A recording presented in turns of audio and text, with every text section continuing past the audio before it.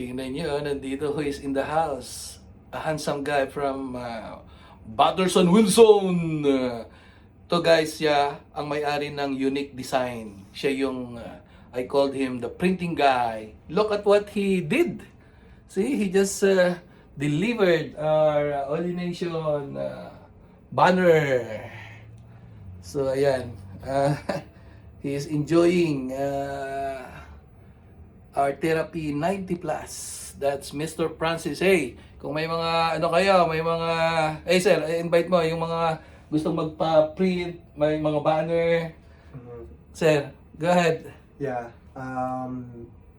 If you need some printing jobs, meron akong shop din sa Batterson Wilson. So I do banners, t-shirts, mga business cards, flyers.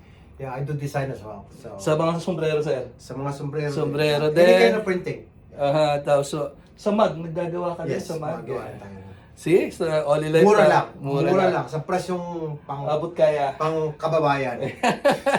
See, ayan mga kababayan, makikita nyo ito mamaya sa YouTube kasi may YouTube channel si Marlo Esperon.